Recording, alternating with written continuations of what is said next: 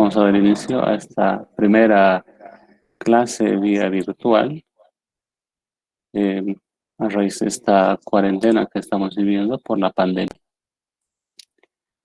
Entonces, iniciamos esta, esta clase, que es la clase de semiología de cabeza, cráneo y cara. Es importante mencionarles que al final de la presentación voy a mandarles un enlace para que puedan unirse y dar un pequeño repaso, un breve repaso sobre temas muy puntuales, muy grandes relacionados a la charla. Bueno,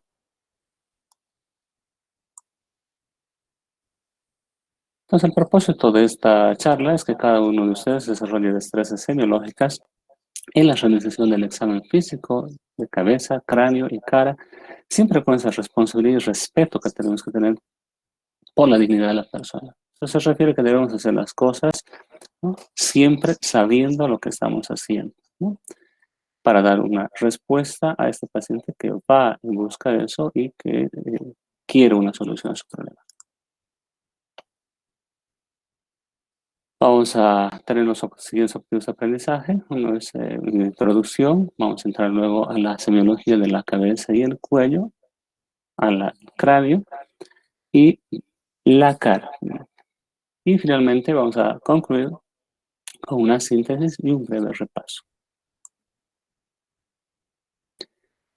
Entonces, habitualmente, la presencia de anomalías estructurales o lesiones cutáneas en la mucosa pueden ser signos indirectos de condiciones patológicas propias de la zona o secundarias o de distancia de otras regiones, ¿no? Puede variar el tamaño de la estructura por el cierre anticipado de estas estructuras, que en algunos casos, cuando esto ocurre, el cierre de las suturas craneanas va a provocar la presencia de una turbicefalia, una dolicocefalia, ¿no?, o una braquicefalia, ¿no? Entonces, en muchos casos también puede haber un cierre prematuro o un cierre retardado, más bien, de estas fontanelas, que va a conducir a esto que conocemos con el nombre de macrocefalia, ¿no? Puede secundar un problema de hidrocefalia por obstrucción de los conductos ventriculares. Y hay algunas condiciones nuevas, como la enfermedad de Zika, que va a provocar de manera congénita el problema de la microcefalia.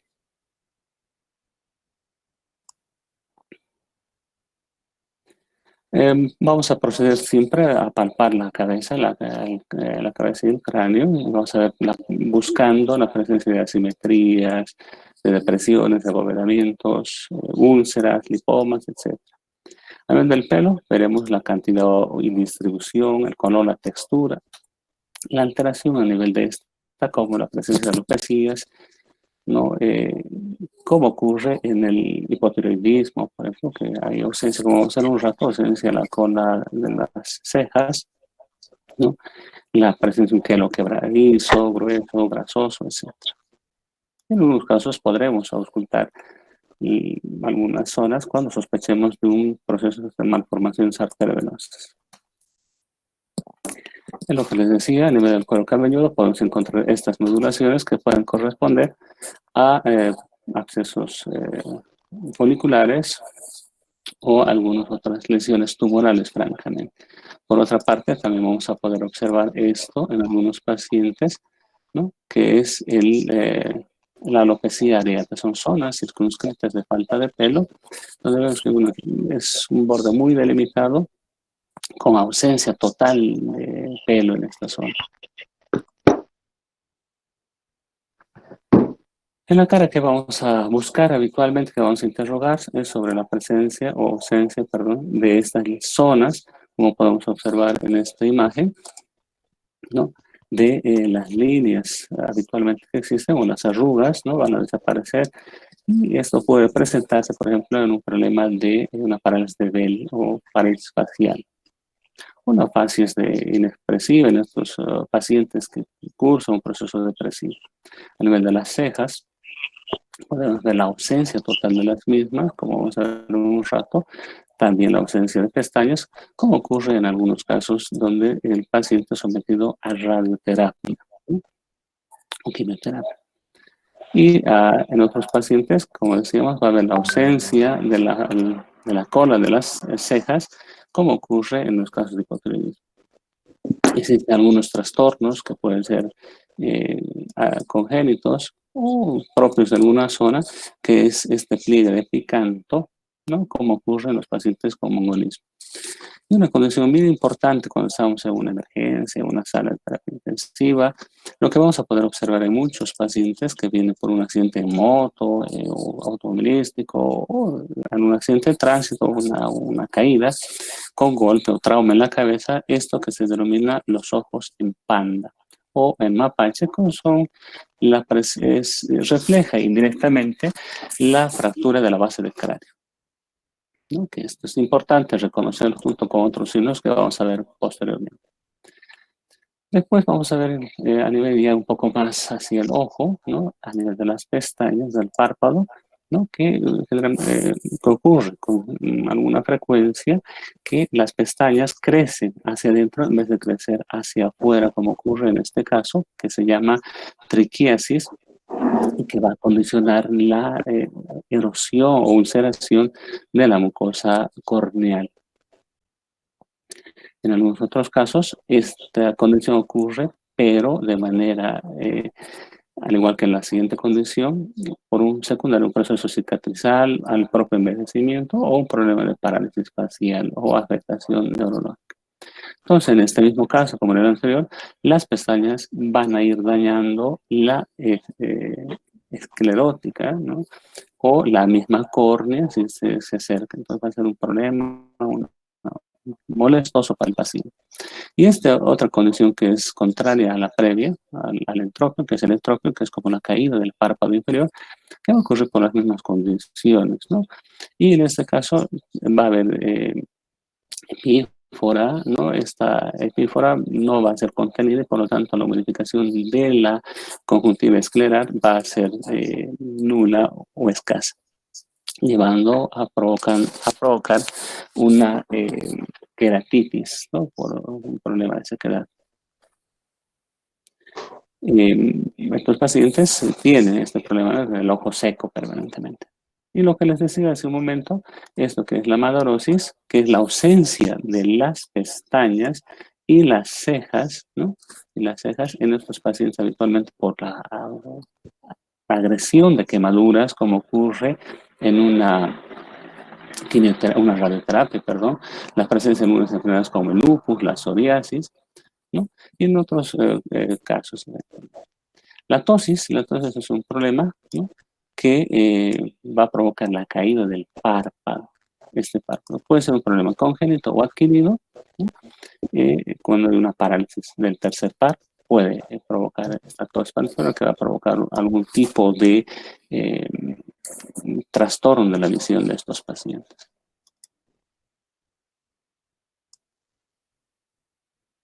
Vamos a continuar con estas lesiones a nivel del párpado y vamos a encontrar que muchos pacientes van a tener problemas de blefaritis, que es una inflamación del párpado, es un párpado que tiene los fenómenos inflamatorios como la tetra de Celso, que es calor, rubor, dolor y eritema en esta región, ¿no? Y además se acompaña, como se puede observar, hay pequeñas lesiones o descamación, ¿no? Escamitas que van saliendo a este nivel. Otra lesión que podemos encontrar con cierta frecuencia es la presencia del orzuelo, que es la inflamación de las glándulas de meibomio. Y este es un problema habitualmente agudo que también se acompaña de este tetradescenso con estas características de calor, rubor, calor y dolor, ¿no? Y un fenómeno ya más crónico, que es la inflamación de las glándulas de meibomio, ¿no? Se va a provocar como un bulto y un dolor que crece en el párpado, que nosotros podemos palparlo tranquilamente y vamos a determinar esta lesión.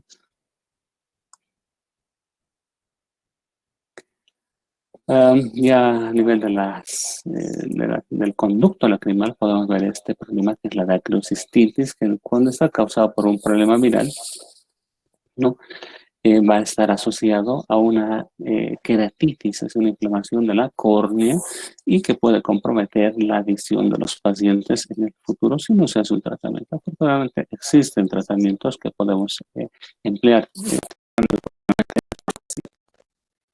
Unas otras lesiones que puedan ser en esta zona, como son el cáncer de piel, ¿no? Que puede ser eventualmente tratado si es que se lo detecta inicialmente.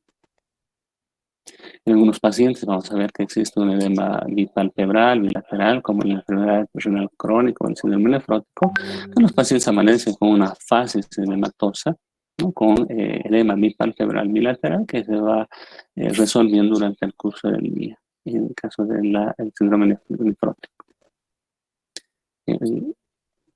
Y posteriormente vamos a ver que muchos pacientes tienen, ¿no?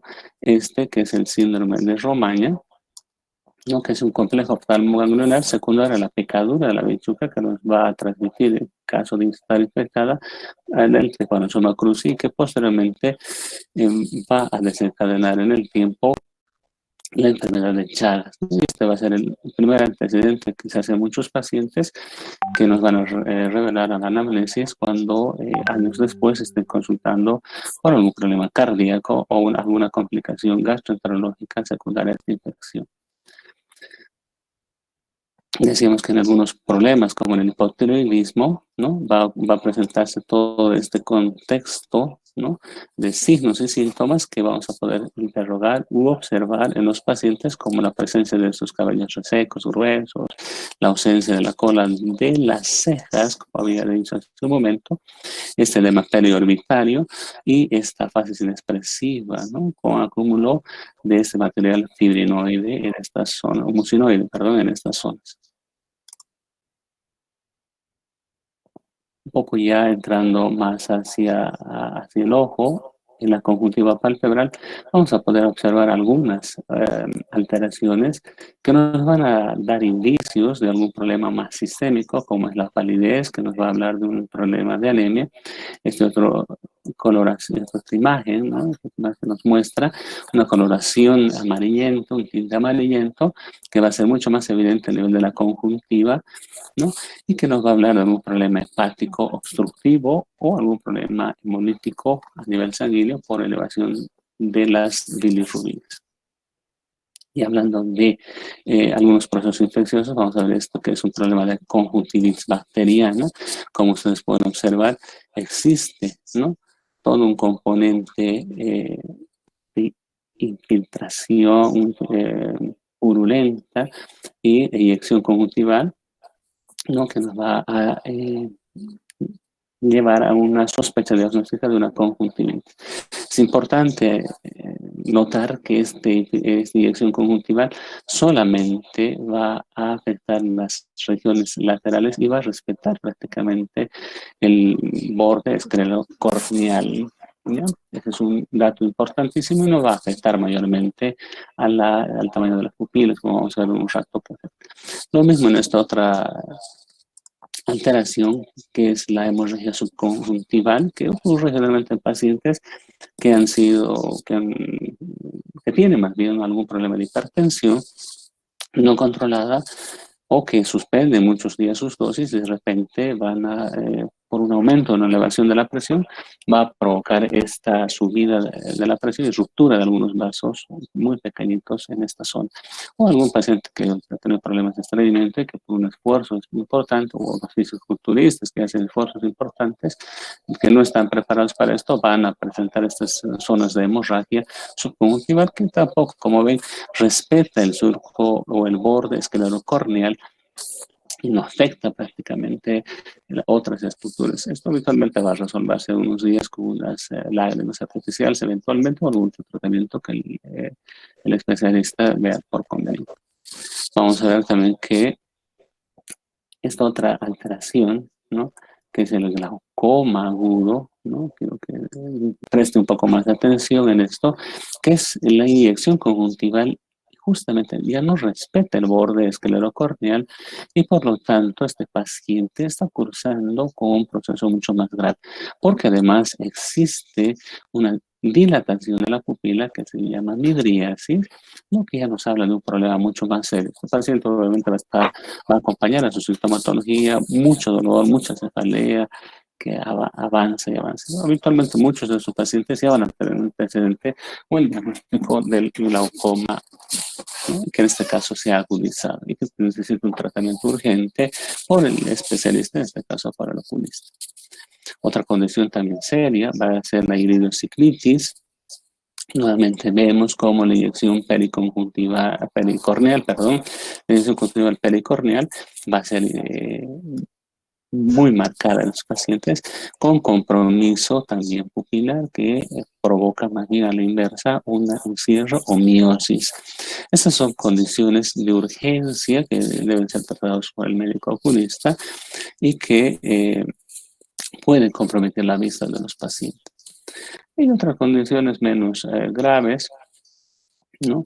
Como la presencia de estas lesiones que se denominan pingüécula, que es un aumento en la acumulación del tejido graso, que habitualmente no va a requerir mayores tratamientos, pero sin embargo es motivo de consulta cuando es más o menos importante, ya que los pacientes creen tener algún problema de ictericia, algún problema hepático, y consultan. Entonces estamos en la obligación de dar un diagnóstico preciso y informar adecuadamente a los pacientes. Posteriormente tenemos esta relación que también benigna, que mucha gente en nuestra población a mayor altura se dice que existe más probabilidad de desarrollar esta lesión que se llama pterigión, ¿no?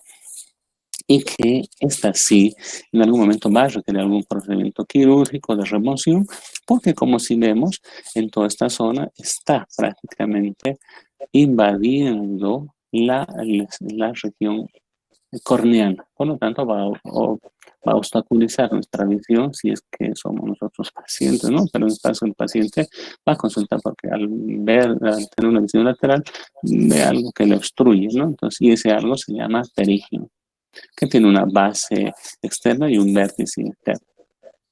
Y muchos pacientes se van a quedar por el ojo seco, obviamente necesitará una mucosa seca, no húmeda, y como ocurre en el síndrome de Sjögren, ¿no? Y esto, ¿no? Que es el edema en la conjuntiva palpebral, ¿no? Que es la presencia de retención del líquido, que es parte de un problema sistémico que se llama quemosis. Vamos a ir avanzando, ¿no? Y algunos pacientes ya entrando más a nivel de la córnea, vamos a observar esta área de la córnea que va a mostrarse como un arco blanquecino que se por el depósito de lípidos en el curso de los años, ¿no? Finalmente más allá de los 60 va a empezar a aparecer tempranamente en algunos y más posteriormente en otros pacientes, o en la mayoría de nosotros, que no tienen mayor relevancia, que es parte nomás del envejecimiento. Y es otra alteración que es el anillo de Kaiser-Fleischer, que es la enfermedad de Wilson, que es por la acumulación de cobre, una intoxicación por cobre. En algunos pacientes van a tener este trastorno que se llama queratocono, generalmente va a estar asociado con miopías altas, ¿no? Y como decía hace un momento, la escoriación superficial que va a provocar la queratitis superficial y que puede ir avanzando y provocando complicaciones como la uveitis o la iridociclitis, ¿no? Que es una condición muy importante de urgencia, de tratamiento urgente en los pacientes, ¿no? Pues algunas alteraciones pupilares, normalmente nuestras pupilas van a medir entre 2 a 4 milímetros, ¿sí? 2 a 4 milímetros, ¿no? Que eso es lo que se espera. Nuestras pupilas habitualmente van a responder a estímulos luminosos. Cuando estamos en un ambiente oscuro, nuestras pupilas van a tender a dilatarse, y cuando estamos más bien o salimos de ese ambiente oscuro hacia un ambiente iluminado o hacia la luz solar, nuestras pupilas se van a contraer provocando la miosis. Estas condiciones pueden ser patológicas, sin embargo, en algunas circunstancias, y en caso de la midriasis, habrá que averiguar si el paciente no estuvo previamente en una consulta oftalmológica, ¿no? Los minutos previos, etcétera, porque pudo haber sido sometido a la colocación de algunos midriáticos para observación del fondo. También vamos a observar esta otra alteración, que ya es una alteración mucho más patológica, ¿no? Que es la anisocoria, donde se pueden observar existe, ¿no? Midriasis por un lado y miosis por el otro, o una pupila normal y dilatación por el otro, o una pupila normal o dilatación por el otro. Habitualmente cuando estamos frente a una midriasis vamos a sospechar de un proceso de expansión intracerebral que puede ser el primer signo, ¿no? Probablemente de este tipo de procesos y puede alertarnos para derivar a estos pacientes al neurólogo. Entrando ya, hacia la nariz, vamos a ver que muchos pacientes van a tener, ¿no? Esta alteración que se llama rosácea, que es un proceso inflamatorio, que va a requerir algún tratamiento, que es como la presencia de estas lesiones acneiformes, ¿no? Que un paciente más joven será solamente un problema de acné vulgar, ¿no? En algunos otros pacientes vamos a ver que hay un crecimiento exagerado de la nariz que se llama rinojima. Generalmente cuando los pacientes han consumido por mucho tiempo alcohol, los organismos alcohólicos crónicos, y nos hará sospechar de este rinojima, que es una presencia de una lesión tumoral. A nivel del tabique nasal, veremos que existen desviaciones del tabique nasal, perforaciones en el tabique mismo, ¿no? Algunas otras alteraciones que prácticamente, no sé si se verá últimamente, pero yo por lo menos no he visto, que es esto, la silla de montar, ¿no? Esta alteración de la silla de montar que se da en la sífilis congénita, ¿no? Veremos también en muchos de los pacientes por la rinoscopia anterior la presencia de una obstrucción nasal, cómo se ocurre en la rinitis, en el resfriado común, y que va a provocar la hipertrofia de los cornetes inferiores. En la boca, ¿qué vamos a ver? En la boca vamos a ver muchos detalles, capaz la palidez o la cianosis, ¿no? Como ocurre en estos casos, debemos saber ya que dentro de las cardiopatías congénitas vamos a diferenciarlas o dividirlas en dos grandes grupos, con las cardiopatías congénitas acianógenas y las cardiopatías congénitas cianógenas, que van a manifestarse por esta cianosis peribucal. Si uno ingresa un poco más a nivel de la cavidad oral, la región sublingual o la misma lengua estará también cianótica. Estas cianosis no corrigen con la suplementación de oxígeno. Algunos pacientes tendrán una boca más pequeña, la microstomía, que es un problema para la deglución, para el ingreso de los alimentos eventualmente. No, a ver, algunos pacientes vamos a tener lesiones herpéticas, ¿no? Hablando del herpes, vamos a ver estas lesiones herpéticas que, como habíamos visto hace un rato, a nivel de la frente, a ver el borramiento de las arrugas o de las líneas horizontales de muchos pacientes, el borramiento en los surcos nasogenianos o nasolabial, la desviación de la comisura labial hacia el lado opuesto, la dificultad para el cierre ocular, etcétera, de los párpados y algunos falta de sensibilidad. Entonces, cuando es periférica, esto va a ser transitorio y se va a curar con el curso de los días, pero puede ser central que va a permanecer más bien.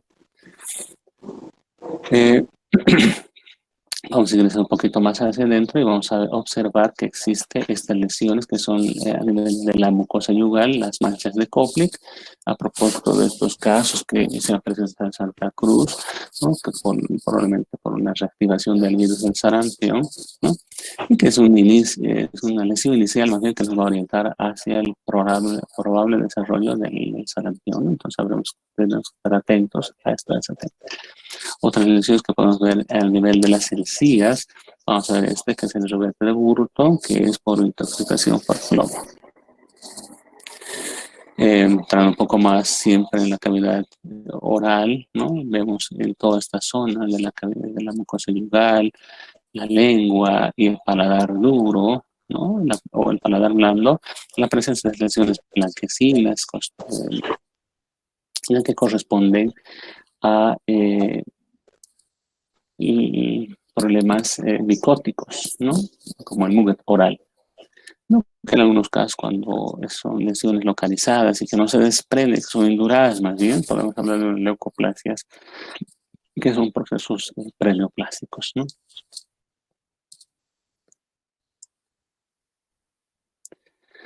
En el de los dientes también siempre debemos observar, aunque no vamos a ver odontología, pero sin embargo es importante observar las características de los dientes, si tienen buen estado de conservación, mal estado de conservación, si es que el paciente tiene esta deformidad, este apelotonamiento de los dientes.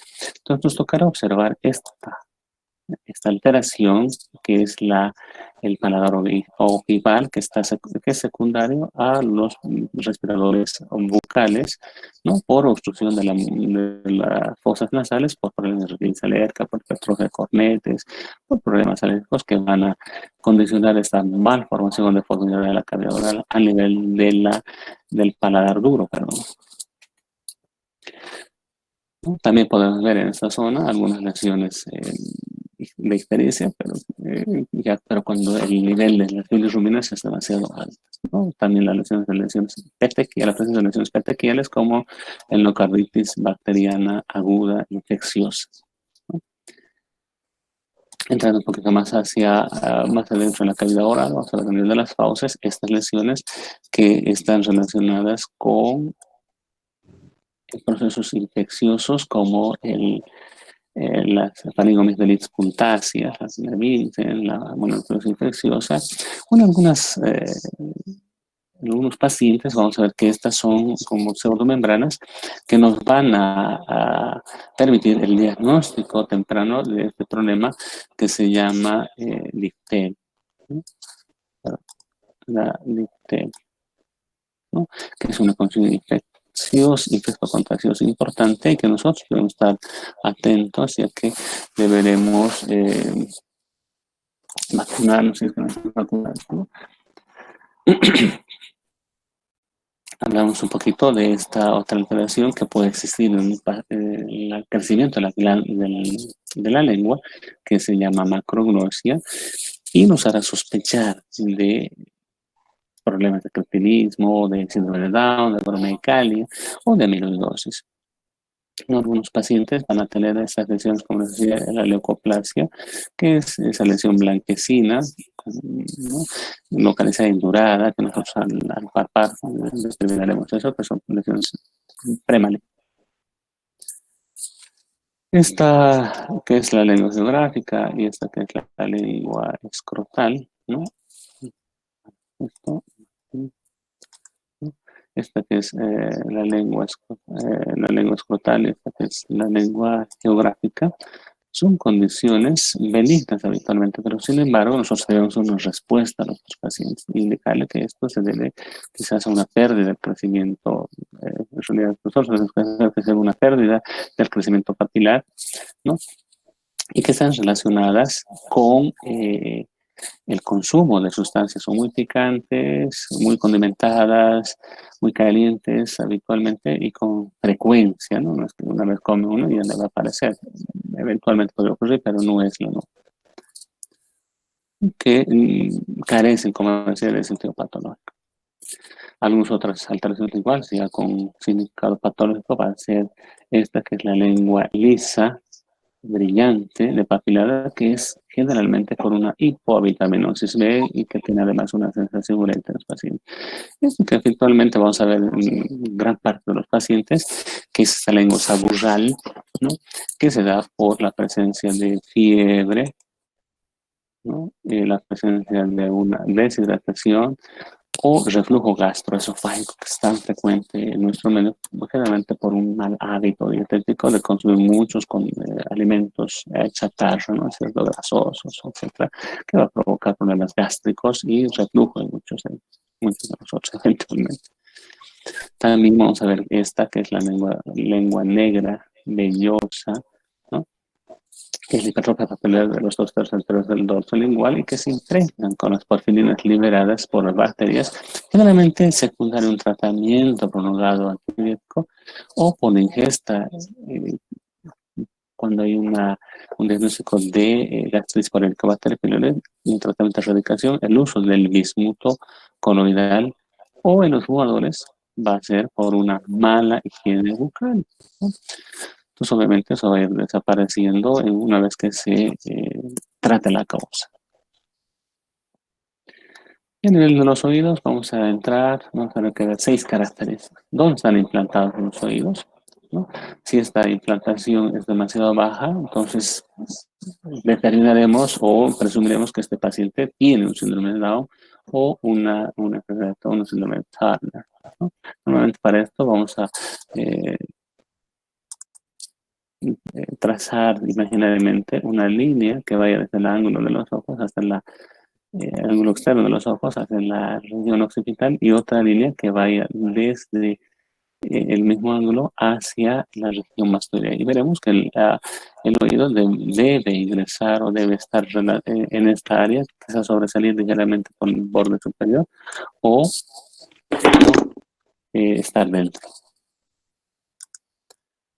Entonces, en este caso hay una implantación baja, ¿no? Vemos que corresponde evidentemente viendo otros aspectos como el picante, etcétera, estas características del síndrome de Down. Veremos la coloración en el pabellón auricular, nuevamente la palidez, la cianosis, problemas de cardiopatías congénitas cianógenas, que son cianos que no mejoran, son zonas de circulación terminal, ¿no? La presencia, si existiría eritema en estas zonas, hablaremos de un eczema, ¿no? Un proceso infeccioso, la presencia de esto que sí me parece importante que siempre los recuerden cuando, sobre todo al trabajar en una sala de emergencias, ¿no? Cuando vean un paciente que está yendo en su moto y de repente ha sufrido un accidente, ¿no?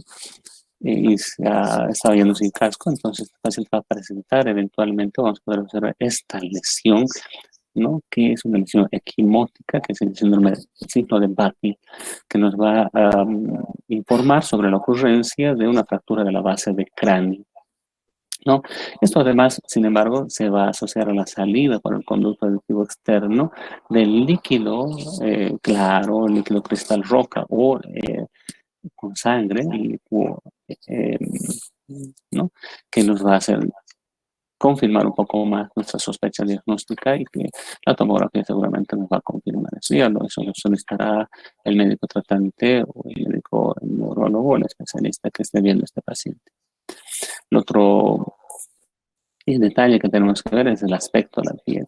El aspecto de la piel del pabellón auricular en muchos pacientes, ¿no? Ya a partir de los 40, 50 años y mucho más allá, relacionado con los problemas cardíacos, en muchos casos ha supuesto, ¿no?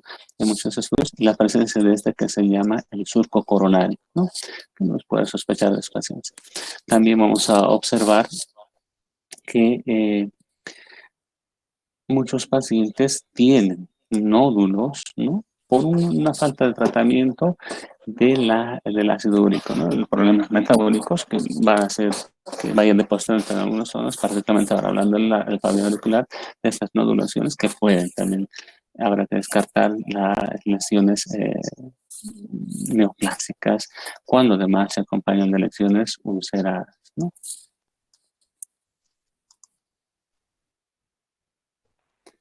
Algunas otras anomalías ya más bien morfológicas adquiridas, que es secundarios a traumas, habitualmente se los ven los boxeadores, que son los otomatomas, que sabemos que en esta zona no se reabsorben los hematomas que se forman, ¿no? También veremos estos problemas que son más bien congénitos, que son los mamelones preauriculares o la ausencia parcial o total del oído, del pabellón auricular, ¿no? Que son secundarios probablemente, bueno, que son en realidad problemas congénitos que van a estar acompañados de alteraciones como son los quistes renales, ¿no? O la espina bífida o algunas otras alteraciones conjuntamente, ya que se producen al mismo tiempo del desarrollo. Pero en esto es importante definir si el paciente tiene o no una estancia del conducto activo externo también, ¿no? Para poder definir. Habrá que estudiarlo, sin embargo, estos pacientes. ¿no? En los pacientes también, ya haciendo un examen más profundo, utilizaremos el oftalmoscopio para hacer una otoscopía que nos permitirá observar la presencia de inflamación en el conducto directivo, la presencia de serum, que es una causa de los daños más frecuentes y que es una causa de hipoacusia en gran parte de la población, ¿no? Obviamente habrá que descartar ya otra hipoacusias con el curso de los años o con los antecedentes.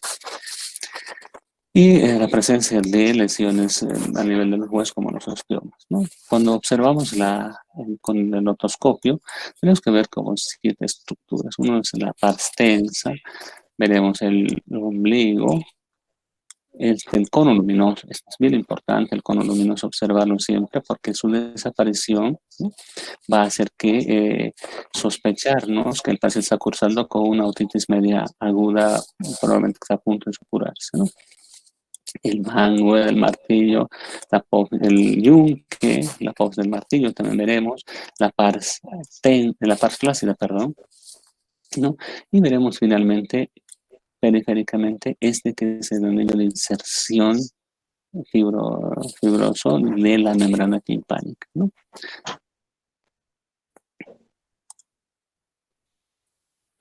En síntesis, con la evaluación semiológica, no olvidemos que los hallazgos pueden ser manifestaciones de otras patologías. El cráneo puede variar en tamaño y estructura de acuerdo al índice cefálico y pueden encontrar virtuocefalia, dolicocefalia, ¿no? Braquicefalia, escasocefalia, mesocefalia, microcefalia, macrocefalia, ¿no? La microcefalia puede estar relacionado en estos últimos tiempos, un paciente viene de una región endémica para Zika, entonces sospecharemos de este problema.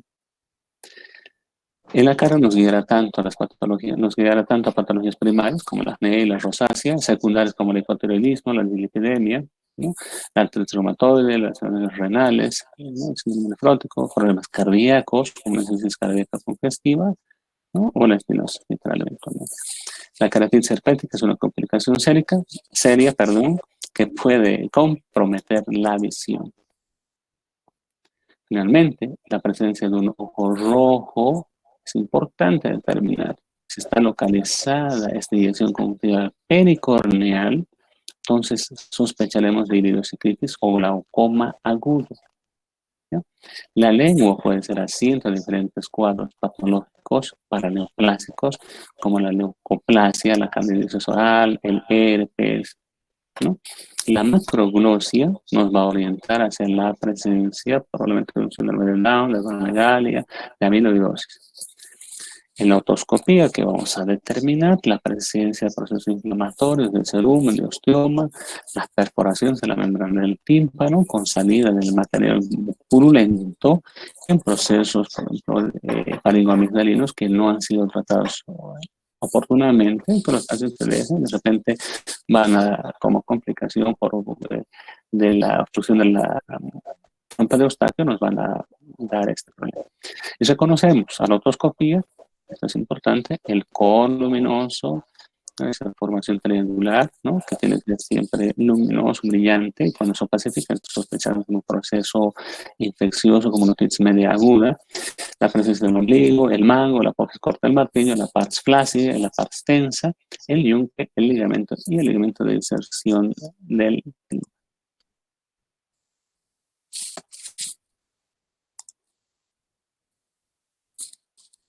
Gracias. No sé si hay alguna pregunta.